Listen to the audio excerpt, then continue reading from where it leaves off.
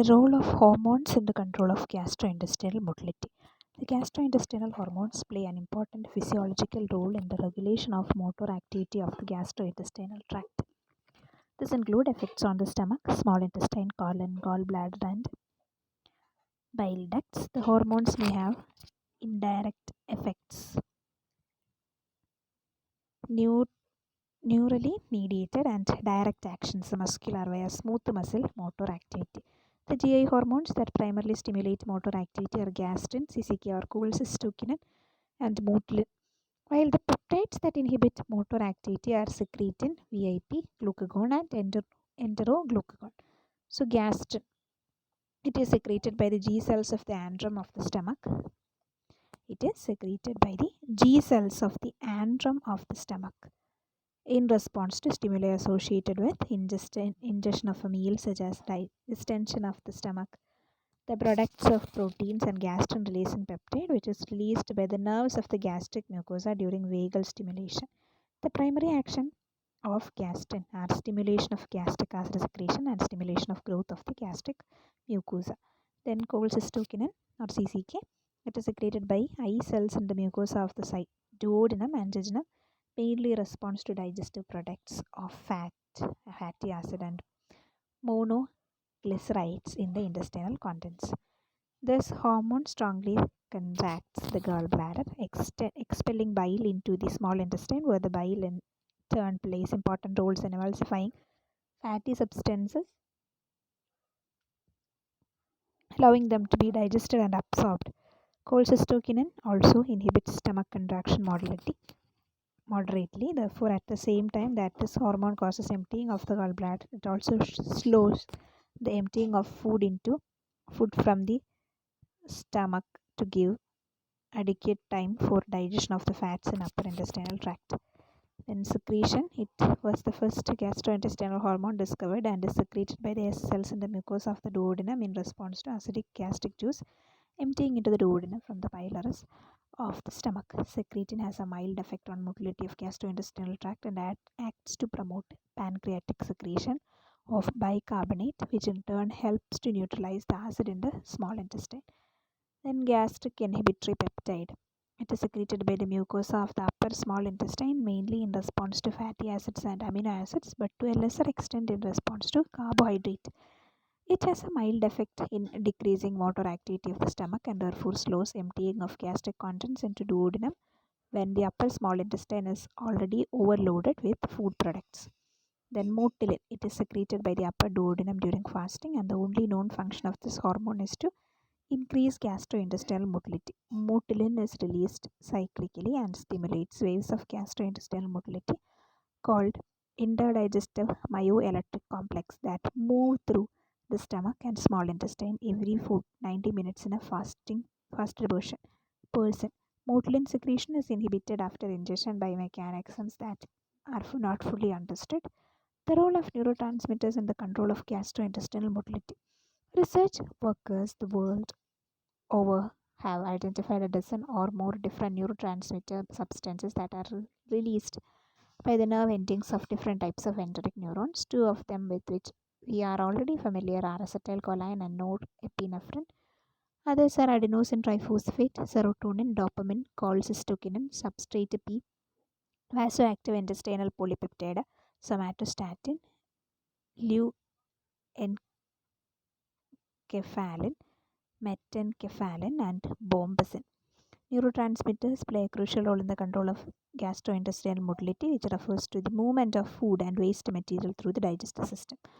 The GI tract contains an intricate network of nerve cells, fibers known as enteric nerve system, which can function independently of the central nervous system but is also influenced by it. Several neurotransmitters are involved in the regulation of GI motility, including acetylcholine, serotonin, dopamine, and norepinephrine. So, acetylcholine is the primary excitatory neurotransmitter in the ENS. It is released from excitatory neurons called cholinergic neurons and acts on both muscarinic and nicotinic receptors in the GI tract. ACH stimulates smooth muscle contractions, peristalsis, and increases GI motility. Then serotonin, also known as 5-hydroxyphthamine, is an important neurotransmitter in the gut. It is primarily released from enterochromaffin cells in the GI mucosa and acts on specific receptors. 5-HT receptor serotonin modulators modulates various aspects of GI motility, including peristalsis, secretion, and sensory perception. Different 5-HT receptor subtypes have distinct effects on motility, with some promoting and others inhibiting GI contractions. Then dopamine. Dopamine acts as both a neurotransmitter and a hormone, and it plays a role in the regulation of GI motility. Dopaminergic neurons in the CNS project to the ENS and release dopamine, which acts on dopamine receptors in the gut. Dopamine inhibits GI motility, particularly in the stomach and small intestine, by reducing smooth muscle contractions.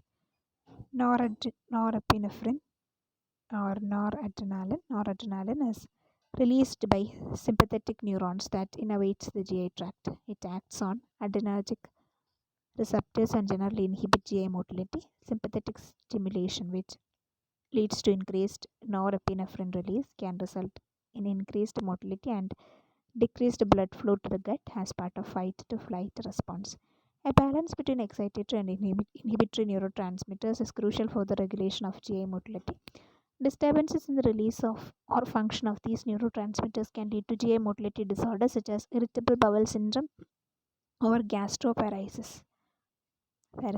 Medications targeting these neurotransmitter systems are sometimes used to manage these conditions by modulating GI motility. Then energy balance, energy homeostasis, or the homeostatic control of energy balance, is a biological process that involves the coordinated homeostatic regulation of food intake or energy inflow and energy expenditure, energy outflow. The human brain, particularly the hypothalamus, plays a central role in the regulating energy homeostasis and generating the sense of hunger by integrating a number of biochemical signals that transmit information about energy balance. 50% of the energy from glucose metabolism is immediately converted to heat. The basic components of energy balance include energy intake, energy expenditure, and energy storage. So, body weight can change only when energy intake is not equal to energy expenditure over a given period of time. Humans have a Humans take in energy in the form of protein, carbohydrate, fat, and alcohol.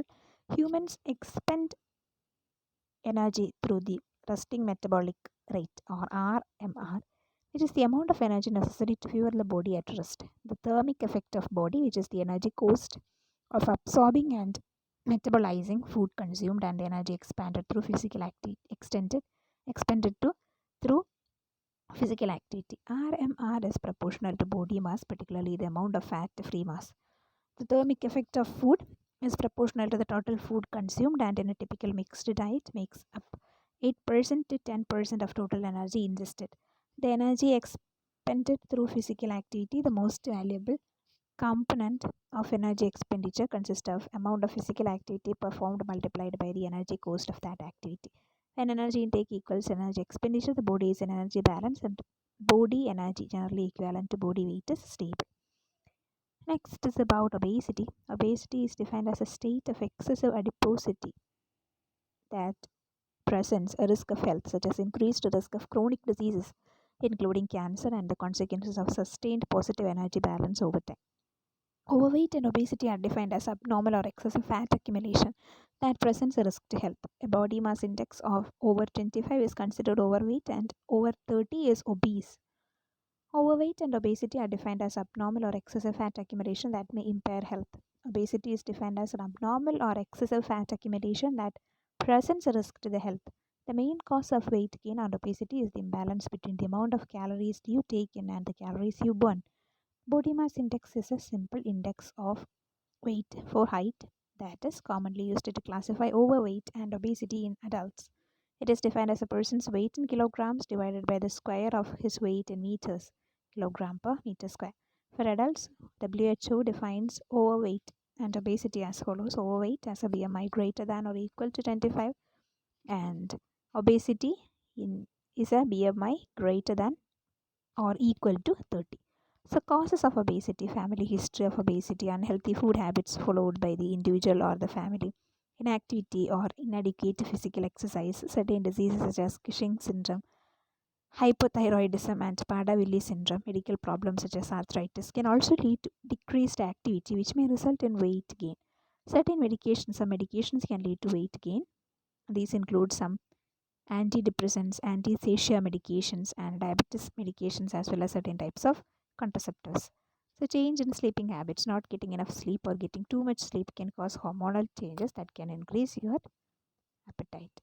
Then, advanced age, pregnancy, diet, and lifestyle factors contribute to development of obesity and overweight. Some of the most common ones are eating large amount of processed or fast food. This is food that is high in fat and sugar. Drinking too much alcohol. Alcohol contains a lot of calories. Then eating out a lot. Food cooked in a restaurant may be higher in fat and sugar. Eating large portions than you need.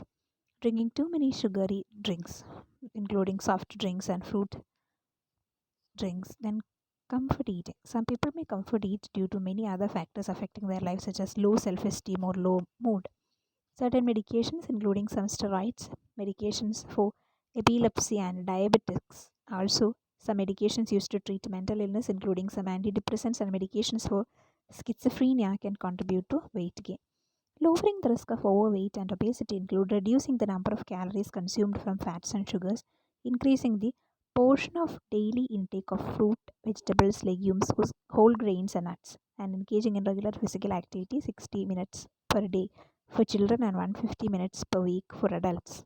In babies, studies have shown that exclusive breastfeeding from month 6 to 8 months of age reduces the risk of infants becoming overweight or obese. What are the health complications of obesity or being overweight? Fatigue and lack of energy, shortness of breath, difficulty sleeping, back and joint pain, type 2 diabetes, high levels of cholesterol or triglycerides, high blood pressure, cardiovascular disease, and gout, then chronic kidney disease, psychological problems like low self esteem, lack of confidence, and feeling isolated, which may lead to depression, then cancer such as colon, colorectal, breast, uterine, pancreatic, prostate, esophageal, liver, and kidney cancers.